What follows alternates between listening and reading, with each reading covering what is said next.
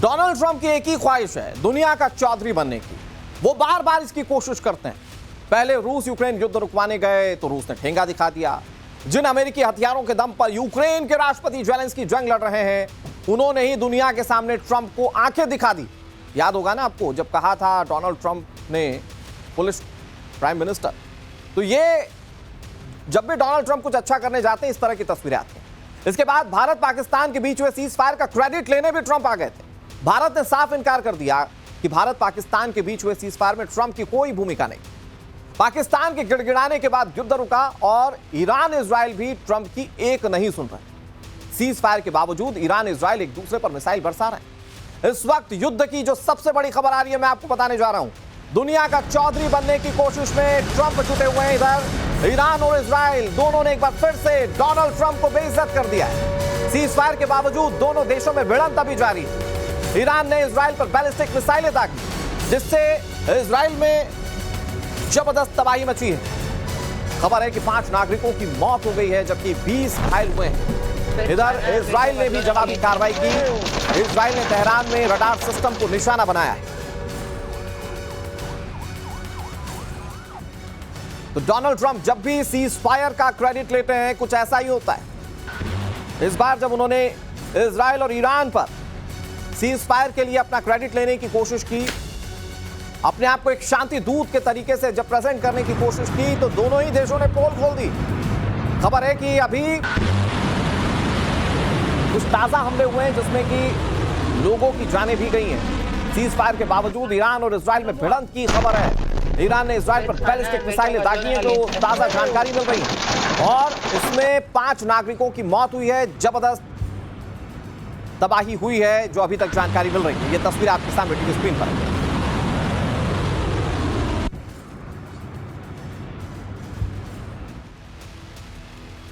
मतलब तो क्या 150 मिनट भी सीज फायर नहीं चल पाया? ये सवाल बहुत सीधा है, क्योंकि ईरान ने 6 बैलिस्टिक मिसाइलें दागी। एक मिसाइल बेरशेबा शहर पर गिरी। ईरानी हमले में 5 इजरायली नागरिकों के मारे जाने की खबर है।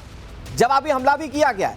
ईरान के तेहरान में इजरायली हमला हुआ है, जहां ईरान के रडार सिस्टम को टारगेट किया गया। मतलब अगर क्रेडिट लेने की बात हो तो वो फुल फ्लैश क्रेडिट लेते हैं डोनाल्ड ट्रंप, लेकिन माना कितना जाता है इस नए हमले से बिल्कुल साफ हो जाता है। हमारे साथ 2 बेहद खास मेहमान जुड़ गए, उनका तारुफ आपसे करवा दें। हमारे साथ कमांडर वीके जेटली जुड़ गए बतौर डिफेंस एक्सपर्ट, और हमारे साथ डॉक्टर पीके मिश्रा जुड़े हुए हैं, पूर्व डीजी बीएसएफ के। आप दोनों का स्वागत। मैं सबसे पहले पीके मिश्रा सर, आप से शुरुआत करता हूं। मतलब 150 मिनट भी सीज फायर नहीं चल पाए। ट्रंप तो क्रेडिट ले रहे थे कि मैं शांति दूत हूं, और यहां पर दोनों देश अपना स्टेटमेंट क्लियर कर चुके हैं कि अगर हमला होगा तो हम सीज फायर को नहीं मानते। बिल्कुल बड़ा क्लियर पूछा आपने। ट्रंप जो है, उनका एक एम है कि वो नोबेल पीस प्राइज मिल ले। फील्ड मार्शल मुनीर को भी यही बताया उन्होंने। इंडिया पाकिस्तान वार में भी वही बताया उन्होंने कि मेरे लिए इंडिया पाकिस्तान का वार खत्म हो गया। अब वो चाहते हैं कि जो इसराइल ईरान का वार हुआ, वो जो सीजफायर हुआ, उसका क्रेडिट वो लेना चाहते हैं। और डिस्क्रेडिट वहाँ पहुँच गए उन्होंने जब उन्होंने बताया कि सीजफायर हो गया। दोनों नेता, और बेंजामिन नेतन्याहू हो या खोमेनी हो, कोई दोनों ने उनको बात नहीं माने। जिस तरीके से वेपन चला, जिस तरीके से मिसाइल चला, इस ईरान का मिसाइल बेरशेबा में गिरा। आप देखिए कितना डिस्ट्रक्शन हुआ। 4 घंटे लगातार चला और उस डिस्ट्रक्शन में 5 का डेथ हुआ, और कितने घर उसमें तबाह हो गए। उसके बाद इसराइल उसके बाद अटैक किया, जिसमें उनका रडार स्टेशन भी खत्म हो गया वेस्टर्न ईरान में, और उसमें एक जो उनका जो परमाणु वैज्ञानिक थे, उनका भी डेथ हो गया। तो ये सब चीज़ से पता लगता है कि ट्रंप जो बोलते हैं, उनको एक और चीज मैं बताना चाहता हूं। ट्रंप का स्टेटमेंट उनका अपना यूनाइटेड स्टेट्स का ऑफिसर्स भी लाइक नहीं करते, उनको फॉलो नहीं करते। उनको पता है और जिसकी अपने देश में नहीं चल रही हो, जिसको अपने देश में नहीं चल रहा है, वो दूसरे पूरे दुनिया के मुल्कों पर ये बताने की कोशिश करेंगे, देखिए साहब हम कह देते हैं लोग मान जाते हैं। मैं जेटली सर आपके पास आऊं, एक बहुत बड़ी खबर आ गई है, खबर ईरान से जुड़ी हुई। ईरान के राष्ट्रपति मसूद पेजेश्कियान ने ऐलान कर दिया, उन्होंने कहा कि इजराइल को हरा दिया है हमने, 12 दिन के युद्ध में बड़ी जीत हासिल की है। हैरानी की बात यह है कि आप अपने आप को जीता हुआ कैसे घोषित कर रहे हैं, इसके क्या प्रमाण है? क्योंकि इजराइल ये कह रहा है कि हमने अपने टारगेट्स को हिट किया और हम वो करने में कामयाब रहे जो हम करना चाहते थे। तो क्या मिसाइल गिराकर सिर्फ तबाही लाना ही ईरान का मकसद था? और अगर ऐसा था तो शायद जीत हुई है ईरान की, जो कि दावा वहां के राष्ट्रपति मसूद पेजेश्कियान कर रहे हैं। जेटली सर, आप क्या कहेंगे इस स्टेटमेंट पर? राष्ट्रपति कह रहे हैं हम जीत गए इजराइल से। देखिए, कुछ लोग होते हैं जो पिटने के बाद भी बोलते हैं कि नहीं मेरी पिटाई नहीं हुई। आई थिंक ईरान का वही हाल है और ऑपरेशन सिंदूर के बाद पाकिस्तान का भी वही हाल था। ईरान के अंदर जो तबाही हुई है, ज़बरदस्त तबाही हुई है। इजराइल में ना हुई हो ऐसा नहीं है, इजराइल में भी हुई है, लेकिन इजराइल में उन्होंने जो जितने भी अटैक्स किए हैं अधिकतर वो सिविलियन पॉपुलेशन के ऊपर हुए हैं, जबकि इजराइल ने चुन चुन करके उनकी जो डिफेंस एस्टेब्लिशमेंट्स हैं, उनके लॉन्चिंग स्टेशन जो हैं, उनके ऊपर अटैक किया है। तो आज अगर देखें तो ईरान की जो टोटल स्ट्रेंथ थी वो लगभग 50% से कम आ चुकी है।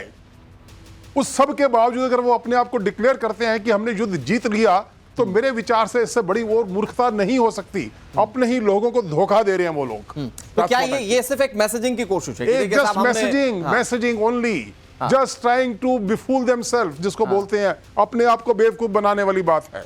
बुरी हालत होगी उन लोगों। लेकिन मिश्रा सर, ये तो दावा इजराइल भी कर रहा है कि हम जीत गए। किसकी बात सही? अब देखिए, कल जो था लड़ाई के बाद, सीज फायर के बाद, ईरान में, तेहरान में जश्न मना रहे थे कि हम जीत गए। कैसे जीत गए? उनका तीनों न्यूक्लियर प्लांट जो है वो दफा हो गए। और कैसे जीत गए? उनका जितना परमाणु वैज्ञानिक थे वो खत्म हो गए। फिर कैसे जीत गए? उनका जितने आर्मी के कमांडर थे IRCG के, वो खत्म हो गए। तो वो बहुत जीत हासिल कर लिए। और इन्होंने क्या जीत गए? इनका जो है टेल अवीव गाजा जैसे हो गया, इनका हाइफा जो है गाजा जैसा हो गया, इनका बिरसबा जो है वो गाजा जैसे हो गया। ये भी जीत गए। दोनों जीत का जश्न मना रहे हैं, लेकिन दोनों का डिस्ट्रक्शन हुआ है। और ये डिस्ट्रक्शन और का सर, ये तो पूरी दुनिया जानती है कि अगर जंग है तो वो तबाही लेकर आएगी, और ये दोनों देश इस वक्त झेल रहे हैं। बिल्कुल। इजराइल का जी सर, मैं आ रहा हूं आपके पास। इजराइल और ईरान दोनों के तेवर को देखकर ऐसा लग रहा है कि वो दोनों एक दूसरे के सामने झुकने को तैयार नहीं है। मतलब वो ट्रंप के सीजफायर वाले दावे को ठेंगा दिखा रहे हैं। इसके बाद ट्रंप भी जल्ला चुके हैं। उन्होंने सोशल मीडिया पर कहा कि सीजफायर लागू है, कृपया इसका उल्लंघन ना करें। लेकिन जब कुछ ही घंटे बाद ट्रंप की इस अपील का कोई नतीजा नहीं निकला, तो ट्रंप कैसे गुस्से में आ गए, कैसे मीडिया के सामने उन्होंने कुछ अपशब्दों का भी इस्तेमाल कर दिया। आप जरा उसको देखिए। Yeah, I do. They violated, but Israel violated it too. Are you questioning if Israel was committed? Israel, as soon as we made the deal, they came out and they dropped a load of bombs, the likes of which I've never seen before. The biggest load that we've seen. I'm not happy with Israel, so I'm not happy with them. I'm not happy with Iran either. But I'm really unhappy if Israel's going out this morning because of one rocket that didn't land, that was shot, perhaps by mistake, that didn't land. I'm not happy about that. You know what? We basically have two countries that have been fighting so long and so hard that they don't know what doing. Do you understand that? अब Donald Trump की झुंझलाहट समझिए। वो कुछ ऐसा भी कह गए जो हम आपको सुना नहीं सकते थे। लेकिन अगर वो किसी से खुश नहीं, तो सवाल ये कि दुनिया में उनसे कौन खुश है सिवाय पाकिस्तान के। लेकिन आप सोचिए कि ट्रंप की यह हालत हो गई है कि जिस इजराइल के खिलाफ अमेरिका चट्टान की तरह खड़ा रहता था, वही अमेरिका की बात नहीं सुन रहा है। और ट्रंप उससे इतना भड़क उठे हैं कि गाली देने लगे। सोशल मीडिया पोस्ट में ट्रंप ने सीधे सीधे इजराइल को धमकाया है। उन्होंने कहा कि इजराइल ईरान पर बम ना फेंके, अगर ऐसा करेगा तो सीजफायर का उल्लंघन होगा। ट्रंप ने कहा कि इजराइल अपने पायलट्स को अभी वापस बुला ले। इसके कुछ ही देर बाद ट्रंप ने बताया कि इजराइल ईरान पर हमला नहीं करेगा। सभी प्लेन जो ईरान पर हमला करने वाले थे वो ईरान के आसमान में फ्रेंडली वेव करके लौट आए हैं। किसी को चोट नहीं आएगी, सीजफायर लागू हो चुका है, ये डोनाल्ड ट्रंप खुद कह रहे हैं। लेकिन सवाल ये कि फिर मान कौन रहा है? और अगर किसी ने भी हमला कर दिया, मान लीजिए इजराइल ने हमला कर दिया, तो ईरान नहीं छोड़ेगा, और ईरान ने हमला किया तो इजराइल बिल्कुल छोड़ने के मूड में नहीं है। हालांकि सीजफायर कितने दिन या कितने घंटे टिकेगा ये कह पाना अभी इस वक्त बहुत मुश्किल है, क्योंकि ना इजराइल ट्रंप का लोड ले रहा है और ना ईरान का। दूसरी तरफ ट्रंप पूरी तरह से इस सीजफायर का क्रेडिट लेने में लग गए, जो भारत पाकिस्तान के वक्त में भी वो कर रहे हैं। ट्रंप ने सीजफायर को लेकर जो कहानी सुनाई उसमें भी कुछ गड़बड़ी है। मैं उसकी थ्योरी आपको बताता हूं। ट्रंप ने कहा कि दोनों देश एक ही वक्त पर उनके पास आए और शांति की बात करने लगे। लेकिन आप देखिए कि यह सीजफायर ऐसे वक्त में हुआ जब पुतिन ईरान के नेताओं से मिल रहे थे, ईरान को पूरी मदद देने की बात कही थी व्लादिमीर पुतिन ने। खुद ट्रंप ने माना कि पुतिन से उनकी बात हुई और पुतिन ने ईरान की मदद की पेशकश की। ट्रंप ने यहां तक कहा कि वो ईरान में सत्ता परिवर्तन नहीं चाहते क्योंकि इससे ईरान में अराजकता फैल सकती है। हालांकि ये उन्होंने बाद में कहा, पहले वो ईरान के लोगों को सत्ता परिवर्तन का सपना दिखाने लगे। आप ये भी देखिए कि युद्ध रुकवाने के क्रेडिट के चक्कर में ट्रंप कैसे लगातार अपना मजाक भी बनवा रहे हैं। 2024 में इलेक्शन के कैंपेन के दौरान ट्रंप ने कहा था कि एक दिन इजराइल और यूक्रेन युद्ध वो रुकवा देंगे, एक दिन में रुकवा देंगे, ये उनकी बात, ये उनकी पेशकश थी। लेकिन राष्ट्रपति बने उन्हें अभी 155 दिन हो चुके हैं, अब तक युद्ध नहीं रुक पाया। मतलब यूक्रेन और रूस दोनों उनकी बात नहीं मान रहे। लेकिन यहां चौधरी किसको बनना है? Donald Trump. इसी साल 28 मई को ट्रंप ने इजराइल को वार्निंग दे दी थी कि किसी भी हाल में इजराइल ईरान पर हमला ना करे, लेकिन इजराइल ने ट्रंप की एक बात नहीं मानी। 13 जून को इजराइल ने ईरान पर फुल फ्लैश हमले कर दिए थे। ट्रंप 16 जून को G7 की मीटिंग छोड़कर जल्दी अमेरिका चले गए थे और सीजफायर नहीं, कुछ बड़ा करने की बात कही थी। फिर 18 जून हुआ तो उन्होंने कहा कि मैं ईरान पर हमला कर भी सकता हूं और नहीं भी कर सकता हूं। उन्होंने पूरी दुनिया को कंफ्यूज कर दिया, ऐसा लगा कि दुनिया को वो कंफ्यूज नहीं कर रहे, खुद कंफ्यूज है। फिर 19 जून को कहा कि 2 हफ्ते में बताऊंगा कि ईरान पर हमला करना है या फिर नहीं करना है। फिर उसके 2 दिन बाद ही 21 जून को ट्रंप खुद इजराइल ईरान जंग में कूद गए। कहा कि ईरान का न्यूक्लियर फैसिलिटी उन्होंने बर्बाद कर दिया, अमेरिका के B-2 बॉम्बर उन्होंने भेज दिए। अब ईरान बता रहा है कि उसने तो पहले ही न्यूक्लियर फैसिलिटीज खाली कर ली थी। सवाल यह कि डोनाल्ड ट्रंप जो कह रहे हैं उसकी प्रासंगिकता क्या है, वो जो कह रहे हैं उसके मायने क्या है?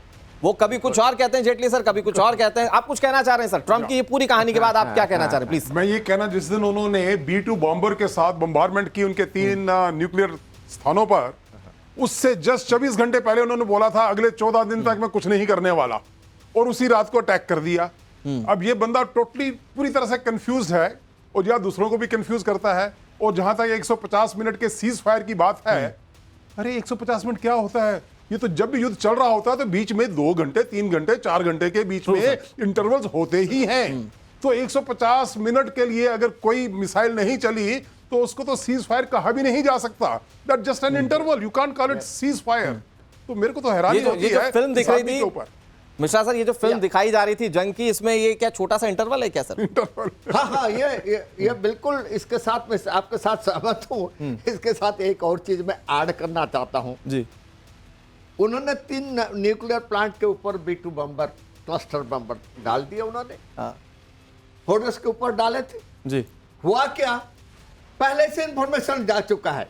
मैं बता रहा हूँ ट्रंप का कार्रवाई कैसे नोबेल पीस प्राइज वो विन करेंगे जी। पहले से पता था फोर्डर के ऊपर B-2 बम्बर गिरेगा। ये 400 केजी यूरानियम गया कहां? कोई रेडिएशन अभी तक हुआ है, आज तक हुआ है क्या? क्यों नहीं हुआ? Where is the location of this 400 KG uranium?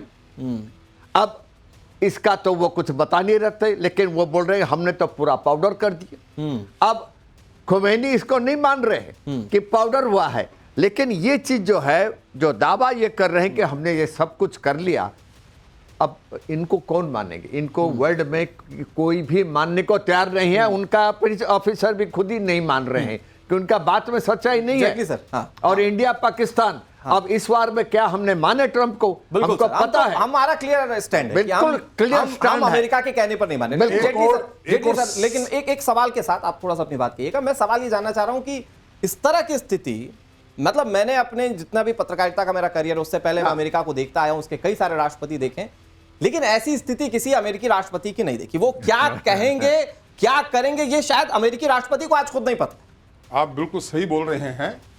Probably इनको सबसे ज्यादा इमेच्योर राष्ट्रपति कहा जा सकता है अमेरिका की हिस्ट्री में, आज तक की हिस्ट्री में, और शायद पूरी दुनिया के भी जितने लीडर्स हैं उनमें सबसे इमेच्योर शायद यही आदमी है। और ये बड़ी विडंबना है कि दुनिया की जो सबसे नंबर 1 नेशन माना जाता है उसको आज वो कंट्रोल कर रहे हैं। सबसे शक्तिशाली वो राष्ट्रपति हैं। अच्छा, मैं जो कहने वाला था, जो 400 केजी उनका यूरेनियम मिसिंग है जी, इसमें एक और थ्योरी भी है। हो सकता है कि जो बंकर बस्टर बम मारे गए थे जी, उससे इतनी ज्यादा वो तबाही हुई हो कि वो अंदर ही दब गया हो। वो संभावना भी आप नकार नहीं कर सकते कि 400 केजी अंदर ही दब गया हो, इसलिए वो ट्रेसेबल नहीं है ऑब्वियसली। हालांकि कुछ रिपोर्ट से ये वो कह रही हैं सर, possibility अमेरिका से ही कुछ रिपोर्ट्स आई हैं जिसमें ये दावा किया जा रहा है कि बहुत नुकसान नहीं हुआ, कुछ महीने ही पीछे गया ईरान। तो मैं इस पर बात करूं, लेकिन अमेरिकी हमलों की नई सैटेलाइट तस्वीरें हम अपने व्यूवर्स को दिखाने जा रहे हैं। ईरान के फोटो न्यूक्लियर साइट की तस्वीर आपके सामने होगी, जिसमें आप न्यूक्लियर साइट को नुकसान हुआ है या नहीं ये देख पाएंगे। इन्हीं तस्वीरों को सामने रखकर कहा जा रहा है कि दावा यह है कि नुकसान हुआ है। आपको बता दें कि अमेरिका ने ईरान पर हमला किया था, जिसके बाद माना गया कि ईरान युद्ध विराम के लिए राजी हुआ, लेकिन ईरान ने अमेरिका को जवाब दिया। कतर में उसके मिलिट्री बेसेस को निशाना बनाया गया और मिडिल ईस्ट में अब उसके एयरबेस को टारगेट करने के बाद ये तस्वीरें जब अमेरिका कह रहा है कि उसने सीज फायर करवा दी। इस बीच एक और बड़ी खबर आपको बता दें, ईरान ने अमेरिका की टेंशन बढ़ा दी है। ईरान की न्यूक्लियर साइट से 400 किलोग्राम यूरेनियम लापता है। 10 परमाणु बम बनाने का यूरेनियम लापता हो चुका है। कहां गया ये सवाल पूछा जा रहा है। अमेरिकी राष्ट्रपति जेडी वेंस ने एक इंटरव्यू में बताया है कि ये 400 किलो यूरेनियम कहां है ये नहीं पता, इसका इल्म, इसका अंदाजा अमेरिका को नहीं है। और ये कहते हुए उन्होंने टेंशन में डाल दिया है अमेरिका को या फिर इजराइल को।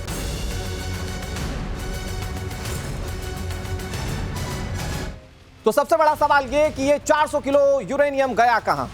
ईरान का 400 किलो यूरेनियम गायब हो चुका है। ये इस जंग के बाद खबर सामने आई। इस 400 किलो यूरेनियम से 10 परमाणु बम बना सकता है ईरान, यानी कि परमाणु संपन्न हो जाएगा ईरान। अमेरिकी अटैक के बाद से गायब होने का दावा किया जा रहा है। गायब यूरेनियम 60% तक शुद्ध है, और जबकि आपको अगर परमाणु हथियार बनाना है तो आपको 90% शुद्ध यूरेनियम चाहिए।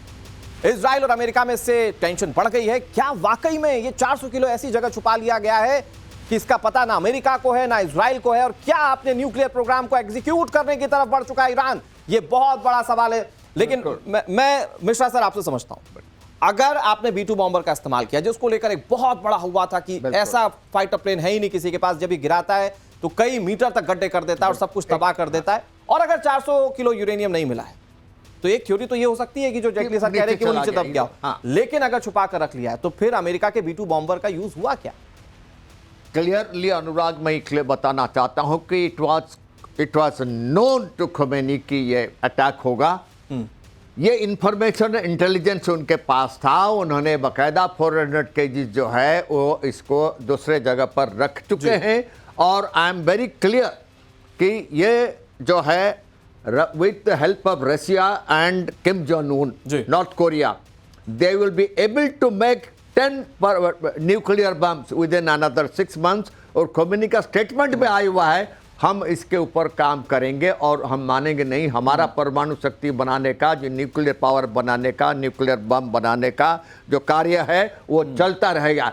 दिस सोच इनडायरेक्टली उनके पास वो मौजूद है, और वो नहीं बताएंगे, और वो जरूर बनाएंगे। बड़ा क्लियरली बता दिया उन्होंने ट्रम्प को कि हम बनाने जा रहे हैं। आप जो बात कह रहे हैं जेटली सर, मैं आपके पास आ रहा हूं, लेकिन अगर ऐसा है तो it is a clear defeat for Israel and America, क्योंकि अमेरिका कह रहा था हम ईरान को नहीं बनाने देंगे न्यूक्लियर वेपन्स। लेकिन अगर ऐसा है और कुछ महीनों में न्यूक्लियर वेपन बना सकता है जेटली सर, बिल्कुल तो बनाएंगे। Clear lose for the Israel and America. देखिए, अगर ये मान भी लिया जाए कि 60% तक उन्होंने एनरिचमेंट कर दिया है जी, आपका यूरेनियम का आइसोटोप होता है 235, आपके न्यूक्लियर बम के लिए चाहिए होता है 238। तो जो नॉर्मल यूरेनियम होता है उसके अंदर लगभग 238 की जो संख्या होती है मुश्किल से 0.7% होती है।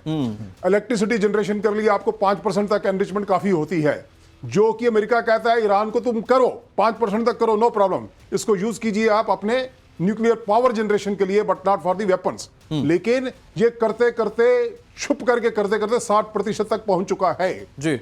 अब 60 से लेकर के जो 90% तक जाने की यात्रा है वो भी कोई छोटी यात्रा नहीं है, रीजनेबली लंबी यात्रा है। ओके। और इनके जो सेंट्रीफ्यूज पंप्स वगैरह होंगे वो भी डैमेज हुए होंगे, पक्की बात है, उनको दोबारा से बनाना पड़ेगा।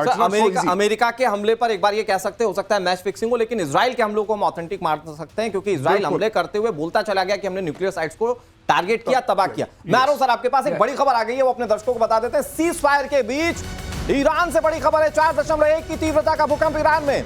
यह बहुत बड़ी खबर है व्यूअर्स, ये बहुत सारी आशंकाएं ये खबर लेकर आती है। 5 दिन में तीसरी बार ईरान में भूकंप के झटके महसूस किए गए। दक्षिण पश्चिम में मिस्री शहर में आसपास भूकंप के झटके महसूस किए गए। न्यूक्लियर टेस्ट की आशंका जाहिर की जा रही है। ये बहुत इंपॉर्टेंट इंफॉर्मेशन व्यूअर्स, जंग के बीच जहां इजराइल कह रहा है हम नहीं बनाने देंगे न्यूक्लियर वेपन्स, दूसरी तरफ इस तरह के भूकंप के झटके इस बात की आशंकाएं पैदा करते हैं कि हो सकता है कि न्यूक्लियर वेपन्स का टेस्ट किया गया हो। सिर्फ इसी महीने में 3 बार ईरान में भूकंप के झटके महसूस किए गए। सवाल यह कि क्या ईरान में न्यूक्लियर टेस्ट जारी है और कब कब ईरान में झटके महसूस किए गए। मैं बहुत जल्दी से आपको बताता हूं कब कब धरती हिली और इसके मायने क्या है। मेरे साथ डिफेंस एक्सपर्ट जो है वो आपको समझाएंगे। देखिए 20 जून 2025 5.1 तीव्रता का भूकंप, 22 जून 2025 4.4 तीव्रता का भूकंप, 24 जून 2025 4.1 तीव्रता का भूकंप। 3 बड़े झटके महसूस किए गए ईरान के अंदर व्यूअर्स। और फिर उसके बाद इस बात की आशंकाएं बढ़ गई हैं कि जो एनरिचमेंट प्रोग्राम चल रहा था ईरान का, क्या वो एग्जीक्यूशन की तरफ है। जेटली सर बहुत जल्दी से आपका कमेंट। ये दोनों पॉसिबिलिटीज हैं। एक तो ये पॉसिबिलिटी है कि उन्होंने खुद ही टेस्ट किया हो जी। और दूसरी पॉसिबिलिटी ये भी है कि इजराइल की मिसाइलों ने उसके ऊपर डैमेज किया हो और उसके कारण भूकंप आ गया हो। दोनों पॉसिबिलिटीज हैं। लेकिन अगर ऐसा होता कि वो न्यूक्लियर प्रोग्राम डैमेज किए तो फिर रेडिएशन का खतरा मिश्रा सर बढ़ जाएगा ऐसे। बिल्कुल, अगर वो डैमेज होता रेडिएशन 100% होता। जैसे हमारा किराना में जो हुआ था, जब हमने ब्रह्मोस मारे थे उसका रेडिएशन आया था, लेकिन यहाँ रेडिएशन आया नहीं है। जो ये 3 भूकंप आए हुआ है, दिस क्लियरली इंडिकेट्स कि इनका जो है यूरेनियम सेफ था और ये अभी they are going ahead for testing of nuclear power and they are successful. और इसके ऊपर बहुत ध्यान देना पड़ेगा। आई एम वेरी श्योर कि फोर्डस में जब बम्बर गिराए जी, ये यूरेनियम नहीं था, इन्होंने दूसरे जगह पर इसको टेस्ट किए हैं। दैट इज हाउ 3 बार आए भाई आज। जैसा आप और जेटली सर बता चुके हैं कि ये कंप्लीटली इंटरनल मैच फिक्सिंग हो सकती है, तो इस पर भी बात होगी। लेकिन एक बहुत बड़ी खबर आ रही है व्यूअर्स। इजरायली प्रधानमंत्री के ऑफिस से एक बयान जारी किया गया, लाइक अ लॉयन, और सभी टारगेट्स पूरे किए गए। अगर युद्ध विराम का उल्लंघन होता है तो इजराइल कड़ी कार्रवाई करेगा। नेतन्याहू ने बेहद अहम बैठक बुलाई। रक्षा मंत्री, सेना प्रमुख और मोसाद चीफ इसमें शामिल हुए हैं। मोसाद क्या कर सकता है ये सब जानते हैं, और मोसाद का जब नाम आता है तो व्यूवर्स मैं आपको बताऊं कि कुछ दिन पहले बेंजामिन नेतन्याहू बहुत खुलकर कह रहे थे कि ये जंग तब खत्म होगी जब खामेनेई की मौत हो।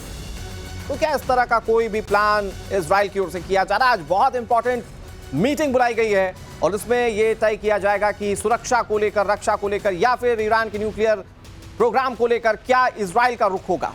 इधर बेंजामिन नेतन्याहू क्या कह रहे हैं मैं आपको जल्दी से बता देता हूं। वो कह रहे हैं कि ईरान के साथ सीज फायर हो चुका है, हमें जो चाहिए था वो मिल गया है, जिसके लिए हमला किया गया वो सभी लक्ष्य पूरे हो चुके हैं, ईरान का परमाणु खतरा खत्म हो चुका है। बहुत इंपॉर्टेंट है, इजराइल के प्रधानमंत्री बेंजामिन नेतन्याहू कह रहे हैं कि ईरान का परमाणु खतरा खत्म हो चुका है। ईरानी सैन्य नेतृत्व को काफी नुकसान पहुंचा है, जिसके सबूत इस तौर पर कि बड़े बड़े कमांडर्स मारे गए। युद्ध विराम का उल्लंघन किया तो जवाब देंगे, ये इजराइल ने बिल्कुल क्लियर कर दिया है। जेटली सर, हम एक तरफ भूकंप की खबर बताकर इस बात के लिए आशंकित थे कि कहीं ऐसा तो नहीं कि न्यूक्लियर टेस्ट कर रहा है, लेकिन दूसरी तरफ इजराइल आश्वस्त है कि हमने अपने टारगेट्स को हिट किया है। तो इससे यही लगता है कि ये भी शायद 4-5 घंटे का अल्प विराम है। युद्ध विराम नहीं है, अल्प विराम है। ये भी 4 घंटे हो सकता है, 5 हो तो 10 घंटे भी हो सकता है। तो ये समय ही बताएगा कि ये कितने घंटे तक ये विराम चलेगा, ये सीज़फायर चलेगा। मैं घंटों की बात कर रहा हूं, दिनों की बात नहीं कर रहा मैं। मुझे तो बहुत शक है इसके ऊपर कि ये कितना लंबा चलेगा। ये अल्प विराम ही मैं मानता हूं इसको अभी तक, इसको मैं युद्ध विराम नहीं मानता। हाँ, और लहजा बहुत तल्ख है, तेवर बहुत कड़े हैं कि हम छोड़ने वाले नहीं। इस बीच एक बड़ी खबर आ रही है, सीज फायर को लेकर ईरान के विदेश मंत्री सैयद अब्बास का बयान सामने आया। उन्होंने कहा कि हमारी फोर्स आखिरी मिनट तक इजराइल को सजा देगी। सभी ईरानियों के साथ जाबाज सशस्त्र बलों का आभार। ईरान खून की आखिरी बूंद तक लड़ेगा। हमारे सैनिक देश की रक्षा के लिए तैयार है। दुश्मन के हमले का आखिरी क्षण तक जवाब दिया जाएगा। यानी कि दोनों देशों के लहजे बहुत तल्ख हैं। सिर्फ एक व्यक्ति सीज फायर को लेकर बहुत आश्वस्त है, वो है डोनाल्ड ट्रंप। इस बीच खबर मिडिल ईस्ट से, ईरान इजराइल वॉर से जुड़ी खबर यह कि तेहरान में सरकार समर्थकों ने एक रैली निकाली। ईरान इजराइल में सीज फायर के बाद विजय रैली निकाली गई। दोनों देशों के बीच सीज फायर को ईरान अपनी जीत के तौर पर देख रहा है। अच्छा, इंटरेस्टिंग ये है कि डोनाल्ड ट्रंप, जो कि सीज फायर के करता धरता है, वो कह रहे हैं कि ईरान तो मेरे पास आया था सीज फायर के लिए और फिर अब लोग जश्न मना रहे हैं। शायद ये ईरान की सरकार चाहती भी होगी मिश्रा सर कि उनके लोगों के बीच मैसेज जाए कि सीज फायर उन लोगों की जीत और इसीलिए सड़कों पर उतरकर जश्न मनाया जा रहा है। बिल्कुल, ये जो मैं अभी बता रहा था आपको अनुराग कि कल जश्न मनाया गया था और ये बड़े खुश हैं क्योंकि ये इंफॉर्मेशन उनके गवर्नमेंट ने दिए हैं कि ये जीत इसलिए हासिल हुआ कि देखिए हमारा जो लॉस हुआ कोई ज़्यादा नहीं हुआ है, लेकिन ये देखिए हमने तेल अवीव में क्या किए, हमने बिरशबा में क्या किए, हमने हाइफा में क्या किए, हमने तो इनको बिल्कुल तबाह कर दिए हैं। तो ये हमारा जीत है। तो ये अपना लोगों को साइकोलॉजिकली बताना चाहते हैं कि आप जश्न मनाइए क्योंकि हम जीत हासिल किए हैं। उनको ये पता नहीं लॉस क्या हो गया, ये उनको वो बताएंगे भी नहीं कितने कमांडर मर गए, ये कितने परमाणु वैज्ञानिक मर गए, ये पूरी नहीं प्रक्रिया बताएंगे। वैसी मुझे पुनरावृत्ति होती हुई दिख रही है जो पाकिस्तान ने भारत के हमले के बाद किया था। पाकिस्तानी बता रहा था हम जीत गए, लेकिन कितने एयरबेस तबाह हो गए, कितने उनके आतंकी मारे गए, इस पर पाकिस्तान कुछ नहीं कह रहा था। खैर, मैं एक बार फिर से आपके पास आऊं, एक बहुत बड़ी खबर अपने दर्शकों को बता देते हैं। खामेनेई ने इजराइल को धमकी दी है। ईरान आत्मसमर्पण करने वाला राष्ट्र नहीं है। खामेनेई ने कहा कि हम किसी के आगे नहीं झुकेंगे। अच्छा, फिर सीजफायर के लिए डोनाल्ड ट्रंप का रास्ता क्यों? क्योंकि डोनाल्ड ट्रंप की अगर बात माने तो वो कह रहे हैं कि खामेनेई और इजराइल दोनों उनके पास गए थे कि भाई सीजफायर करवा दीजिए। लेकिन खामेनेई साहब, ये सोशल मीडिया प्लेटफॉर्म पर उन्होंने क्या लिखा? Those who know the Iranian people and their history know that the Iranian nation isn't nation that surrender।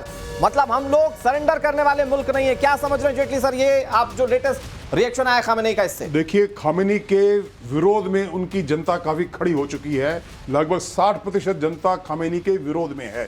तो ऑब्वियसली जो बाकी 40% है उनको सड़कों पर ला करके वो दिखाना चाहते हैं कि ईरान ने युद्ध जीत लिया, ताकि खमेनी की जो रेटिंग है थोड़ी सी बढ़ जाए उसके ही लोगों के बीच में।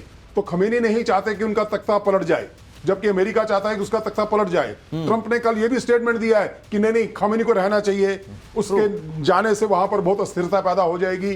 तो वो ट्रंप की जो आदत है, वो दोनों कंट्रोवर्शियल रिमार्क्स बोलते रहते हैं, लेकिन खमेनी खुद जानता है कि उनकी कुर्सी खतरे में है। उनके इंटरनल लोग भी उनके अगेंस्ट हो रहे हैं, तो कभी भी उनकी कुर्सी जा सकती है। इसलिए जो उनके 30-40% लोग हैं उनको सड़कों पर ला करके वो अपना जो स्तर है उसको बढ़ाना चाहते हैं। थोड़ा सा इस वॉर से अलग हटके एक सवाल का जवाब लेना चाहता हूं। ये बेसिकली इस वॉर में, इसलिए इस वॉर का जवाब नहीं है क्योंकि हम पहले जब राष्ट्रपति इलेक्शन हो रहा था अमेरिका के अंदर, तो हमने लोगों के मन में इस बात की टीज देखी थी कि जो बाइडेन साहब बहुत कुछ चीजें भूल जाते हैं, वो क्या करने वाले हैं कई बार उसको डिलीवर नहीं कर पाते थे। डोनाल्ड ट्रंप को लेकर अमेरिकी रिएक्शन क्या होगा कि यहां तो बोलते भी हैं, करते क्या है ये सब कुछ नहीं पता, मतलब कुछ भी सिंक्रोनाइज नहीं होता डोनाल्ड ट्रंप का। देखिए, अमेरिका में जो हमारे यार दोस्त बैठे हुए हैं वो खुद बड़े दुखी हैं आज इस बात से कि उनका पहला जो राष्ट्रपति था वो भी एकदम बेकार था। जब उसको रिप्लेस करके जो दूसरा है वो भी एकदम गया गुजरा है।